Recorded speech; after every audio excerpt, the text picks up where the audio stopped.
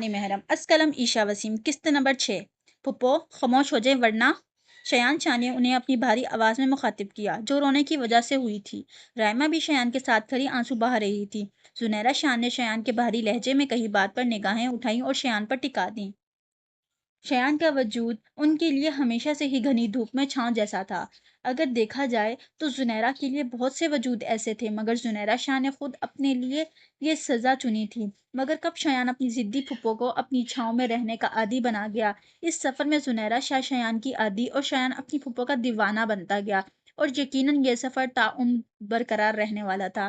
زنیرہ کی ضد شایان کے آگے ختم تھی ورنہ زنیرہ شاہ نے ہچکی لیتے ہوئے الفاظوں کو توڑ کر ادا کیا، ورنہ میں شایان یہ الفاظ ادا کر کے خاموش ہو گیا۔ شایان نے زنیرہ شاہ کو اپنے قریب کیا اور کان کے پاس جھک کر بولا تو اس کے لہجے میں شرارت تھی۔ وجہ صرف پھپھو کو ہنسانا تھا ورنہ شایان کا دل دھارے مار کر رونے کو کر رہا تھا اپنی پھپھو کی ایسی حالت پر۔ آپ جو مجھ سے اپنی ضدیں منواتی ہیں نا، ایسے ہی مفت میں نہیں اٹھا رہا، جمع کر رہا ہوں۔ ایک ہی دفعہ آپ کی بیٹی سے حساب لوں گا اور یہ نہ تو دھمکی ہے اور نہ ہی مذاق، یہ میرے اٹل اور پختہ ارادے ہیں، مائنڈ اٹ۔ زنیرہ شاہ جو چھوٹی چھوٹی ہچکیاں بھر رہی تھیں، شایان کی بات سن کر اس کی شرارت سمجھتی اس کا کان مروڑ گئیں اور اس طرح ہنسی کہ وہاں موجود جتنے دل جل رہے تھے ان دلوں پر ٹھنڈی پھوار برسا گئیں۔ دوبارہ بول، کون سے پختہ اور اٹل ارادے؟ شایان اپنی پھپھو کا ہاتھ کان سے ہٹا کر لبوں سے لگا گیا۔ آئی لو یو پھپھو۔ اس کے ہاتھ چومنے اور اظہار کرنے کے انداز پر زنیرہ شاہ نثار ہی ہو گئیں اور پھر اس کے سینے کا حصہ بنی اور جب بولیں تو شایان کو لگا اس کی پھپھو لفظوں سے بھی گھائل کرتی ہیں۔ You are the best option for my daughter. اللہ تم جیسا انسان نصیبوں والوں کو عطا کرتا ہے۔ شایان نے زنیرہ شاہ کے گرد حصار تنگ کیا۔ تھینکس پھپھو for these words. Zunaira Shah نے مسکراتے ہوئے نظریں جیسے ہی انم پر گئیں تو زنیرہ شاہ کی مسکراہٹ منٹوں میں غائب ہوئی۔ انم شاہ ہونکوں کی طرح زنیرہ شاہ کو دیکھ رہی تھی۔ زنیرہ شاہ کے دیکھنے پر انم ہوش میں آئی اور خود سے خود ہی سوال کرنے لگی، کوئی اتنا پیارا کیسے ہو سکتا ہے اور سارا کا سارا کیسے ہو سکتا ہے؟ آریان جو شایان وغیرہ کے جاتے ہی آئمہ کی طرف متوجہ ہوا تھا، اس کو معصوم بچوں کی طرح سوتے دیکھ کر اس کے لب مسکرائے۔ اسے شایان کے الفاظ یاد آئے، وہ ایک بچی ہی ہے۔ Yes bro, you are always right. Aryan دل ہی دل میں شایان سے مخاطب تھا۔ ابھی وہ آئمہ کو گود میں اٹھانے کے لیے جھکا ہی تھا کہ اس کا فون رنگ ہوا جو اس وقت آریان کی پینٹ کی پاکٹ میں موجود تھا۔ آریان نے پاکٹ سے فون نکالا اور جیسے ہی نظر اسکرین پر نظر آتے نام پر پڑی تو بے ساختہ آریان نے کال پک کی۔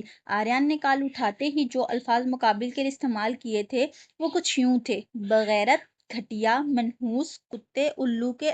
آریان ابھی اور القابات سے مقابل کو مخاطب کرتا کہ اسپیکر سے مقابل کی آواز ابھری۔ ہیپی میرڈ برو۔ آواز میں شرارت ہی شرارت تھی۔ خبیث انسان، تجھے کس نے بتایا؟ آریان اس کی مبارک بات پر خوش ہونے کے بجائے جل ہی گیا اور مقابل بھی اسے وش تھوڑی کر رہا تھا، جلا ہی رہا تھا۔ کس نے بتانا ہے؟ تیرے بھائی، میرے بھائی، ہم سب کے بھائی، ون اینڈ اونلی شایان بھائی۔ یہ کہہ کر مقابل نے زوردار کہکا لگایا کیونکہ اس کا نشانہ سیدھا آریان کے دل پر لگا تھا۔ چپ کر کتے، وہ صرف میرے بھائی ہیں، صرف میرے۔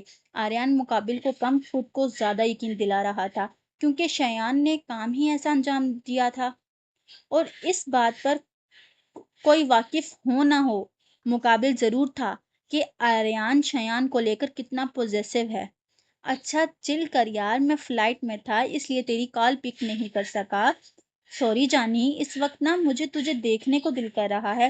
تو نا اس وقت بالکل لڑکیوں کی طرح لال پیلا ہو رہا ہوگا، لیکن ایک بات کی خوشی ہے کہ تو اب سنگل نہیں رہا۔ میں تو مقابل جو اپنی بات کرنے میں اتنا مصروف تھا کہ اسے یہ بھی ہوش نہیں رہا کہ دوسری طرف سے اس کی بات پر کوئی رسپانس ہی نہیں ہو رہا۔ آریان، ہو گیا تیرا؟ آریان نے مقابل کی بات پر اتنا ٹھنڈا ری ایکشن دیا کہ مقابل نے فون کو کان سے ہٹا کر منہ کے سامنے کیا جیسے کہنا چاہ رہا ہو، اتنی لمبی بات پر یہ ری ایکشن بنتا تھا؟ یار، پاکستان آتے ہی تجھے سب سے پہلے کال کی ہے، تجھے یقین نہیں آتا نا؟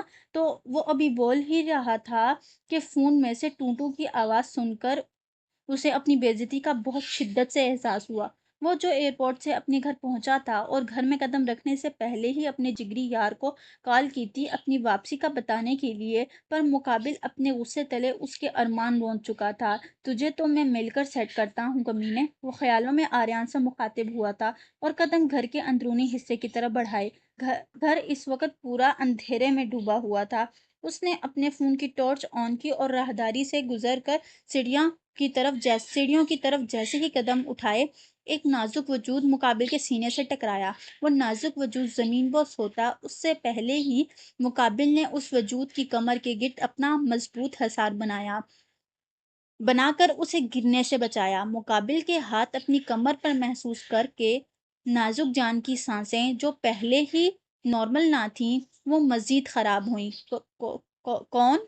نازک حسینہ نے اپنے درمیانے لب واق کیے، مقابل کو پہچاننے کی کوشش کی، مگر ندارد۔ مقابل اس وجود کی خوشبو اور لمس بھولا ہی کب تھا، اور اس سحر میں اتنا مگن تھا کہ مقابل نے اپنے نازک ہاتھ اس کے چٹانی سینے پر رکھ کر مزاحمت شروع کری۔ متائے جان کیوں کوشش کرتی ہیں جب جانتی ہیں ساری کوششیں رائگاں ہیں؟ آپ میرے حصار سے کبھی آزاد نہیں ہو سکتی۔ اس کی آواز گھمبیر تھی۔ زویا کی جگہ کوئی اور لڑکی ہوتی تو شاید اپنے اتنے خوبصورت نصیب پر شکر ادا کرتی، مگر سامنے ایک بے حس لڑکی تھی جو مقابل کے دل میں دھڑکن بند کر دھڑکتی تھی۔ اس کی آواز سن کر زویا کی مزاحمت کرتے ہاتھ تھم گئے۔ زین؟ اس نے اتنے سے نام کی اتنے ٹکڑے کڑے کہ زین کو اپنی 1 کلاس میں پڑھائے گئے توڑ جوڑ یاد آ گئے۔ جی جانے زین، میں آپ کا زین ہی ہوں۔ اس کے لہجے میں زویا کے لیے محبت جھلک رہی تھی۔ زین، میں پانی لینے آئی تھی، مجھے چھوڑو۔ زویا نے اپنے کمر پر موجود زین کے ہاتھ ہٹانے کی کوشش کی، مگر ناکام ٹھہری۔ زین، مجھے سانس نہیں آ رہا، پلیز پیچھے ہو جاؤ۔ اس کے ٹوٹے بکھرے الفاظوں میں زین کو متوجہ کیا۔ اس کی بات پر زین نے اسے اپنے قریب کیا اور اس کے کان میں سرگوشی کرنے والے انداز میں بولا، تو اپنا انہیلر اوپر ہی بھولائی ہوں گی، آپ کہیں تو دوں اپنی سانسیں آپ کو۔ زین نے اپنے ہاتھ میں موجود فون کی ٹارچ کا رخ زویا کی طرف کر رکھا تھا۔ اپنی بات پر زویا کی آنکھوں کو پھٹتے دیکھ زین کا دل کیا کہکا لگا اٹھے، مگر وہ زین ہی کیا جو دوسرے کو زچ نہ کرے۔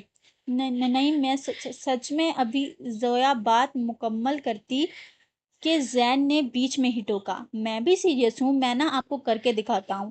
وہ ابھی زویا کے قریب ہوتا اور کوئی کارروائی کرتا کہ لیونگ روم کی ٹارچ آن ہوئی۔